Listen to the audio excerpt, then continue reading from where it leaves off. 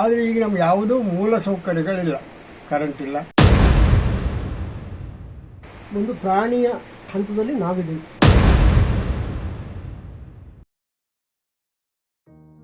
ಶರಾವತಿ ನದಿ ಜಲವಿದ್ಯುತ್ ಯೋಜನೆಯ ಲಿಂಗನಮಕ್ಕಿ ಜಲಾಶಯದಿಂದ ಮುಳುಗಡೆಯಾಗಿ ಸರ್ಕಾರವೇ ತೋರಿದ ಜಾಗದಲ್ಲಿ ಜನ ಬದುಕು ಕಟ್ಟಿಕೊಂಡಿದ್ದಾರೆ.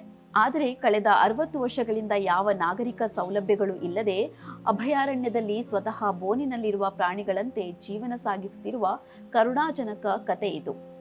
ಶಿವಮೊಗ್ಗ ಜಿಲ್ಲೆಯ ಸಾಗರ ತಾಲೂಕಿನ ಕಾರ್ಗಲ್ ಕೋಗಾರ್ ರಸ್ತೆಯ ಬಾನುಕುಳಿ ಗ್ರಾಮ ಪಂಚಾಯಿತಿ ವ್ಯಾಪ್ತಿಯ ಈ ಕುಗ್ರಾಮಗಳು ಈಗಲೂ ವಿದ್ಯುತ್, ರಸ್ತೆ, ಶಾಲೆ, ಆಸ್ಪತ್ರೆಯಂತಹ ಎಲ್ಲಾ ಬಗೆಯ ಕನಿಷ್ಠ ನಾಗರಿಕ ಸೌಲಭ್ಯಗಳಿಂದ ದೂರವೇ ಉಳಿದಿವೆ. ಗ್ರಾಮ ಪಂಚಾಯತ್ ಕಚೇರಿ ತಲುಪಲು ಆ ಊರಿನ ಜನ ಕನಿಷ್ಠ 22 ಕಿಲೋಮೀಟರ್ ದುರ್ಗಮ ಕಾಡು ಹಾದು ಕಾಲ್ನಡಿಗೆಯಲ್ಲೇ ಬರಬೇಕು ಎಂದರೆ ನಾಗರಿಕ ಜಗತ್ತಿನಿಂದ ಅಲ್ಲಿನ ನಿವಾಸಿಗಳು ಎಷ್ಟು ಗಾವುಗ ದೂರದಲ್ಲಿದ್ದಾರೆ ಎಂದು ಅಂದಾಜಿಸಬಹುದು. ಅಲ್ಲಿನ ಯಾವುದೇ ಮಗು ಅಕ್ಷರ ಲೋಕದ ದಾರಿ ಹಿಡಿಯಲು ಶಾಲೆಗೆ ತಲುಪಬೇಕಾದರೂ ಬರೋಬ್ಬರಿ 12 ಕಿಲೋಮೀಟರ್ ದೂರ ಕ್ರಮಿಸಬೇಕು. ಆ ಪೈಕಿ ಸುಮಾರು 10 ಕಿಲೋಮೀಟರ್ ದೂರದ ದಟ್ಟ ಕಾಡಿನ ನಡುವಿನ ದಾರಿ ಇಂದಿಗೂ ಗುಂಡಿ ಗೊಟರುಗಳ, ಮರದ ಬೇರು ಬೊಡ್ಡೆಗಳ ದುರ್ಗಮ ಕೊರಕಲು ಹಾದಿ. ಮಳೆಗಾಲದ 4-5 ತಿಂಗಳ ಕಾಲ 4 ವೀಲರ್ ಡ್ರೈವ್ ಜೀಪ್ ಹೊರತುಪಡಿಸಿ ಬೇರೆ ಯಾವುದೇ 4 ಚಕ್ರದ ವಾಹನ ಕೂಡ ಸಾಗಲಾರದ ಕಗ್ಗಾಡಿನ ಕಾಲು ಹಾದಿಯದು. ಬಾನುಕುಳಿ ಗ್ರಾಮ ಪಂಚಾಯತ್ ವ್ಯಾಪ್ತಿಯ ಬಿಳಿಗಾರು ಗ್ರಾಮದಿಂದ ಒಳಗೆ ಕಾನೂರು ಕೋಟೆ ರಸ್ತೆಯಲ್ಲಿ 10 ಕಿಲೋಮೀಟರ್ ಸಾಗಿ ಮುಂದೆ ಮತ್ತೆ ಸುಮಾರು 12 ಕಿಲೋಮೀಟರ್ ದುರ್ಗಮ ಹಾದಿ ಸವೆಸಿದರೆ ಅಲ್ಲಿ ಉರುಳುಗಲ್ಲು ಗ್ರಾಮ ವ್ಯಾಪ್ತಿಯ ಚೀಕನಹಳ್ಳಿ, ಸಾಲ್ಕೋಡ್ಲು, ಹೆಬ್ಬಯ್ಯನಕೆರೆ, ಮೇಲೂರು, ದಾಸಮನೆ, ಮುಂಡುವಾಳ ಹಾಗೂ ಕಾನೂರು ಭಾಗದ ಕಲ್ಲಗಲ್ಲಿ, ತತ್ತಿ ಮತ್ತಿತರ ಕುಗ್ರಾಮಗಳು ಶತಮಾನಗಳ ಪಳಿಯುಳಿಕೆಯಂತೆ ಈಗಲೂ ಉಳಿದುಕೊಂಡಿವೆ. ಒಟ್ಟು ಸುಮಾರು 60ಕ್ಕೂ ಹೆಚ್ಚು ಮನೆಗಳಿರುವ ಈ ಕುಗ್ರಾಮದಲ್ಲಿ ಸುಮಾರು 350 ಮಂದಿ ಜನಸಂಖ್ಯೆ ಇದ್ದು, ಬಹುತೇಕ ಎಲ್ಲರೂ ಹಿರೇಭಾಸ್ಕರ, ಲಿಂಗನಮಕ್ಕಿ ಹಾಗೂ ತಳಕಳಲೆ ಜಲಾಶಯಗಳಲ್ಲಿ ಮುಳುಗಡೆಯಾಗಿ ಆಸ್ತಿ ಮನೆ ಕಳೆದುಕೊಂಡು ನಿರಾಶ್ರಿತರಾಗಿ ಬಂದು ನೆಲೆ ಕಂಡುಕೊಂಡವರೇ. ಕೆಲವರಂತೂ 2-3 ಬಾರಿ ನಿರಂತರವಾಗಿ ಮುಳುಗಡೆಯಾಗಿ ಸಂತ್ರಸ್ತರಾಗಿ ನಯಾ ಪೈಸೆ ಪರಿಹಾರವೂ ಇಲ್ಲದೆ ಬರಿಗೈಲಿ ಊರು ತೊರೆದು ದುರ್ಗಮ ಕಾಡಿನ ನಡುವೆ ಬದುಕು ಕಟ್ಟಿಕೊಂಡವರು. ಯಾರಾದರೂ ಹುಷಾರು ತಪ್ಪಿದರೆ, ಅನಾರೋಗ್ಯಕ್ಕೀಡಾದರೆ ಅವರನ್ನು ಕಂಬಳಿ ಜೋಲಿ ಕಟ್ಟಿ 4 ಹೊತ್ತುಕೊಂಡು 12 ಕಿಲೋಮೀಟರ್ ದೂರದ ಕಾಡಿನ ದಾರಿ ಸವೆಸಿ ನಂತರ ದಿನಕ್ಕೆ 2 ಬಾರಿ ಬಂದು ಹೋಗುವ ಬಸ್ ಹಿಡಿದು ದೂರದ 45 ಕಿಲೋಮೀಟರ್ ದೂರದ ಕಾರ್ಗಲ್ ಪ್ರಾಥಮಿಕ ಆರೋಗ್ಯ ಕೇಂದ್ರಕ್ಕೆ ಹೋಗಬೇಕು. ಆದರೆ ನಮ್ಮ ಕಾಡನ್ನು ಉಳ್ಕೊಂಡಿದ್ದೇವೆ ಹೊತ್ತು ಒಂದು ಪ್ರಾಣಿಯ ಹಂತದಲ್ಲಿ ನಾವಿದ್ದೀವಿ.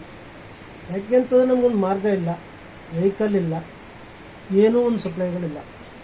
ಒಬ್ಬ ಮನುಷ್ಯನಿಗೆ ಒಂದು ಆಪತ್ತು ಬಂತು, ಕಷ್ಟ ಬಂತು ಅಂದರೆ ಅವನು ತಗೊಂಡು ಹೋಗ್ಲಿಕ್ಕೆ ಯಾವ ವೆಹಿಕಲ್ಲು ಬರೋದಿಲ್ಲ. ಅಲ್ಲಿ ಒಂದು 17 ಕಿಲೋಮೀಟ್ರು ಕಷ್ಟ ಬಂದಾಗ ಅವ್ರನ್ನ ಕಂಬಳಿ ಜೋಲಿ ಕಟ್ಟಿ ದಡಿಗೆ ಹಾಕಿ ಆ ಮಾರ್ಗದಲ್ಲಿ ನಾವೊಂದು 8-10 ಜನ ಸೇರ್ಕೊಂಡು ಸಾಗಿಸಿ ತಗೊಂಡೋಗ್ತೀವಿ. ನಾವು ಇಡೀ ದೇಶಕ್ಕೆ ಕರೆಂಟ್ ಬೆಳ್ಕೊಂಡು ಕೊಟ್ಟಿದ್ದೀವಿ. ಆ ಕೊಟ್ಟು ನಮ್ಮ ಆಸ್ತಿಯನ್ನು ಕಳ್ಕೊಂಡು ನಾವಿಲ್ಲಿ ಬಂದಿದ್ದೀವಿ. ಇವತ್ತು ನಮಗೆ ಆಸ್ತಿ ಇದು ಬೆಳಕಿಲ್ಲದತ್ತಿ ಕತ್ಲಲ್ಲಿ ಕೂತಿದ್ದೀವಿ. ಮೊದಲು ಒಂದು ಸೀಮೆಣ್ಣೆ ಸಿಗಿತ್ತು, ಇವತ್ತು ಅದೂ ಇಲ್ಲ. ದೀಪದ ಬೆಳಕಲ್ಲಿ ನಾವು ಒಂದು ಕಾಲ ಕಳಿತಿದ್ದೀವಿ. ಈ ಸರ್ಕಾರ ಏನಾದ್ರು ಒಂದು ಮನಸ್ಸು ಮಾಡಿ ನಮಗೊಂದು ಬೆಳಕು, ರಸ್ತೆ ಇಷ್ಟೊಂದು ಮಾಡಿಕೊಳ್ಳಿ. ಅದಕ್ಕೆ ನಾವು ಇಲ್ಲಿ ಸರಾವತಿಗೆ ಏನು ಜಮೀನನ್ನು ಬಿಟ್ಟುಕೊಟ್ಟು ನಾವಿಲ್ಲಿ ಬಂದು ಕುಂತಿದ್ದೀವಿ. ಅದಕ್ಕೆ ನಮಗೊಂದು ಸಾರ್ಥಕ ಆಗುತ್ತೆ. ಈ ಯಾವ ಹಳ್ಳಿಗಳಿಗೂ ವಿದ್ಯುತ್ ಸಂಪರ್ಕ ಇಲ್ಲ. ಇಡೀ ನಾಡಿಗೆ ಬೆಳಕು ನೀಡಿದ ವಿದ್ಯುತ್ ಯೋಜನೆಗಳಿಗಾಗಿ ಮತ್ತೆ ಮತ್ತೆ ಸಂತ್ರಸ್ತರಾಗಿ ಬದುಕು ಕಳೆದುಕೊಂಡ ಈ ಜನರ ಬದುಕು 60 ವರ್ಷಗಳ ಬಳಿಕವೂ ಕತ್ತಲೆಯಲ್ಲೇ ಮುಳುಗಿದೆ. ವಿದ್ಯುತ್ ಮಾರ್ಗ ನಿರ್ಮಾಣಕ್ಕೆ ಶರಾವತಿ ಅಭಯಾರಣ್ಯದ ಕಾನೂನು ಅಡ್ಡಿಯಾಗಿವೆ. ಅಭಯಾರಣ್ಯದ ನಡುವಿನ ಈ ಹಳ್ಳಿಗಳಿಗೆ ವಿದ್ಯುತ್ ಮತ್ತು ರಸ್ತೆ ಸಂಪರ್ಕಕ್ಕೆ ದಶಕಗಳಿಂದ ಇಲ್ಲಿನ ಜನ ಶತಪ್ರಯತ್ನ ನಡೆಸುತ್ತಿದ್ದರೂ ಸಂಸದರು, ಶಾಸಕರು, ಜಿಲ್ಲಾಧಿಕಾರಿಗಳು, ಉನ್ನತ ಅರಣ್ಯಾಧಿಕಾರಿಗಳು ಸೇರಿದಂತೆ 10 ಅಧಿಕಾರಸ್ಥರು ಜನಪ್ರತಿನಿಧಿಗಳನ್ನು ಬೇಡಿಕೊಂಡರೂ, ಲೋಕಸಭೆ, ವಿಧಾನಸಭೆ ಚುನಾವಣೆಗಳನ್ನು ಬಹಿಷ್ಕರಿಸಿ ತಮ್ಮ ಬೇಡಿಕೆ ಮುಂದಿಟ್ಟರೂ, ಪಾದಯಾತ್ರೆ, ಧರಣಿ ನಡೆಸಿದರೂ ಕತ್ತಲ ಊರಿಗೆ ಬೆಳಕು ಮಾತ್ರ ಮರೀಚಿಕೆಯಾಗಿದೆ. ಆದರೆ ಈಗ ನಮ್ಗೆ ಯಾವುದೂ ಮೂಲ ಸೌಕರ್ಯಗಳಿಲ್ಲ, ಕರೆಂಟ್ ಇಲ್ಲ, ಇದಿಲ್ಲ. ನಾವು ನಮ್ಮ ಮಕ್ಕಳನ್ನು ಓದಿಸೋದಾದರೆ ಸಿಮಿಣಿ ದೀಪದಿಂದನೇ ಓದಿಸಿ ಆ ಮಕ್ಕಳಿಗೆ ಮನೆಯಲ್ಲಿ ಪಾಠ ಹೇಳಿ, ಶಾಲೆನೂ ಇಲ್ಲ.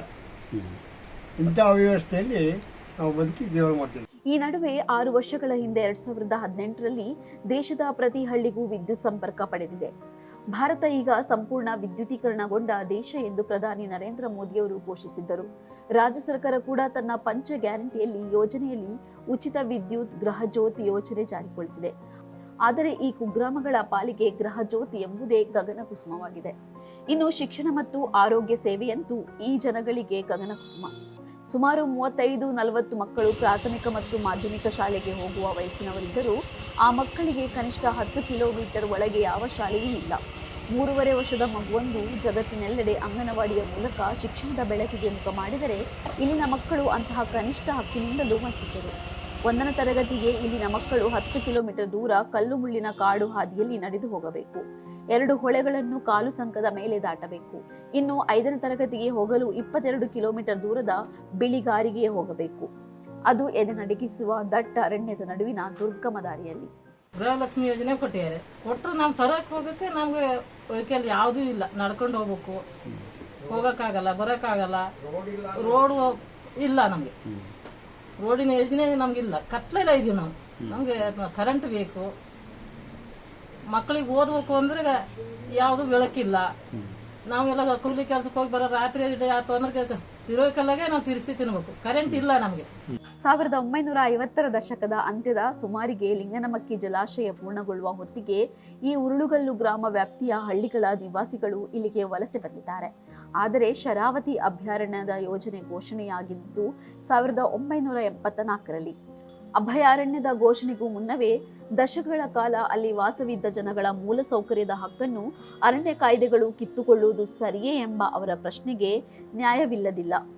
ಜೊತೆಗೆ ಅರಣ್ಯ ಹಕ್ಕು ಕಾಯ್ದೆಯಲ್ಲಿ ಮತ್ತು ಅಭಯಾರಣ್ಯ ಕಾನೂನಲ್ಲಿ ಹಾಲಿ ಇರುವ ರಸ್ತೆ ಮತ್ತಿತರ ನಾಗರಿಕ ಸೌಲಭ್ಯಗಳ ನಿರ್ವಹಣೆ ಮತ್ತು ದುರಸ್ತಿಗೆ ಅವಕಾಶವಿದ್ದರೂ ಆ ಕಾರ್ಯಕ್ಕೂ ಕಾಯ್ದೆಯ ನೆಪದಲ್ಲಿ ಅಡ್ಡಿಪಡಿಸಲಾಗುತ್ತಿದೆ ಎಂಬುದು ಹಳ್ಳಿಗರ ಅಳಲು. ಈಗ ನಾವು ಸರ್ಕಾರಗಳಿಗೆ ಮನವಿ ಮಾಡಿ ನಮಗೆ ನಾವು ಕೇಳೋದೇನು ಹೇಳಿದ್ರೆ ವಿದ್ಯುತ್, ಒಂದು ರಸ್ತೆ, ಪಕ್ಕಾ ರಸ್ತೆ, ನಮಗಿಲ್ಲೊಂದು ಕರೆಂಟು, ಈಗ ಇವೆರಡು ವ್ಯವಸ್ಥೆ ಮತ್ತು ಟೆಲಿಫೋನ್, ಇವು 3 ವ್ಯವಸ್ಥೆಗಳನ್ನು ನಮಗೆ ಕಲ್ಪಿಸ್ಕೊಟ್ರೆ ನಾವಿಲ್ಲಿ ಆರಾಮಾಗಿ ನಾವು ಬದುಕನ್ನು ಸಾಗಿಸ್ಕೊಂಡು ಕಾಡು ನಾಶ ಮಾಡದೆ ನಾವು ಆರಾಮಾಗಿ ನಾವಿಲ್ಲಿ ವ್ಯವಸ್ಥೆ ಮಾಡ್ಕೋಬೋದು ನಾವು. ಆದರೆ ಅದೇ ಶರಾವತಿಯ ಅಭಯಾರಣ್ಯದ ಹೃದಯ ಭಾಗದಲ್ಲಿ ಶರಾವತಿ ಭೂಗತ ಜಲ ವಿದ್ಯುತ್ ಯೋಜನೆಗಳಿಗಾಗಿ ಬರೋಬ್ಬರಿ 800 ಎಕರೆಯಷ್ಟು ವಿಸ್ತಾರವಾದ ದಟ್ಟ ಕಾಡಿನ ಕಣಿವೆಯನ್ನೇ ಬಲಿಕೊಡಲು ಸಿದ್ಧವಿರುವ ಆಡಳಿತಕ್ಕೆ ಇಂತಹ ನೋವುಂಡ ಜನರ ಅಳಲನ್ನು ಕೇಳುವ ಕಿವಿ ಮತ್ತು ಹೃದಯ ಇವೆ ಎಂಬುದು ಕಾಡುವ ಪ್ರಶ್ನೆ. ಉರುಳುಗಲ್ಲು, ಹೆಬ್ಬನ್ಕೆರೆ ಒಳಗೊಂಡಿರ್ತಕ್ಕಂಥ ಈ ಶರಾವತಿ ಸಂತ್ರಸ್ತರು ಒಳಗೊಂಡಿರ್ತಕ್ಕಂಥ ಈ ಪ್ರದೇಶಕ್ಕೆ ಕರೆಂಟ್ ಇಲ್ಲ, ರಸ್ತೆ ಇಲ್ಲ ಅನ್ನೋ ವಿಚಾರಕ್ಕೆ ಸಂಬಂಧಪಟ್ಟಂತೆ ನಾವು ಇಲ್ಲಿಯ ವಿವಿಧ ಸಂಘಟನೆಗಳ ನೇತೃತ್ವದಲ್ಲಿ ಹಲವು ಬಾರಿ ಹೋರಾಟಗಳನ್ನು ದಾಖಲಿಸಿದ್ದಾರೆ.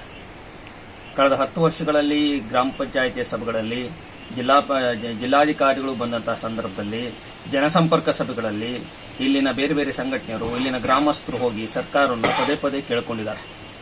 2022ರಲ್ಲಿ ಇಲ್ಲಿನ ಅರಣ್ಯ ಅಧಿಕಾರಿಗಳು ದಾರಿಯಲ್ಲಿ ಬಿದ್ದಿರ್ತಕ್ಕಂತಹ ಮರಗಳನ್ನು ಕಡಿದ್ರು ಅನ್ನುವ ಕಾರಣಕ್ಕೋಸ್ಕರ ಇಲ್ಲಿನ ರೈತರಿಗೆ ಸ್ಲೇಟ್ ಅನ್ನು ಹಿಡಿಸಿ ಕೇಸನ್ನು ಹಾಕಿದ ಕಾರಣದಿಂದ ಇಲ್ಲಿನ ಈ ಕರೂರು ಬಾರಂಗಿ ಹೋಬಳಿಯ ಶರಾವತಿ ಸಂತ್ರಸ್ತರು ಸರಿಸುಮಾರು 22 ಕಿಲೋಮೀಟರ್ ಪಾದಯಾತ್ರೆ ನಡೆಸಿ ಕಾರ್ಗಲ್ನ ರೇಂಜ್ ಆಫೀಸ್ ಎದುರುಗಡೆ ಅಹೋರಾತ್ರಿ ಹೋರಾಟವನ್ನು ಕೂಡ ದಾಖಲಿಸಿದ್ದಾರೆ.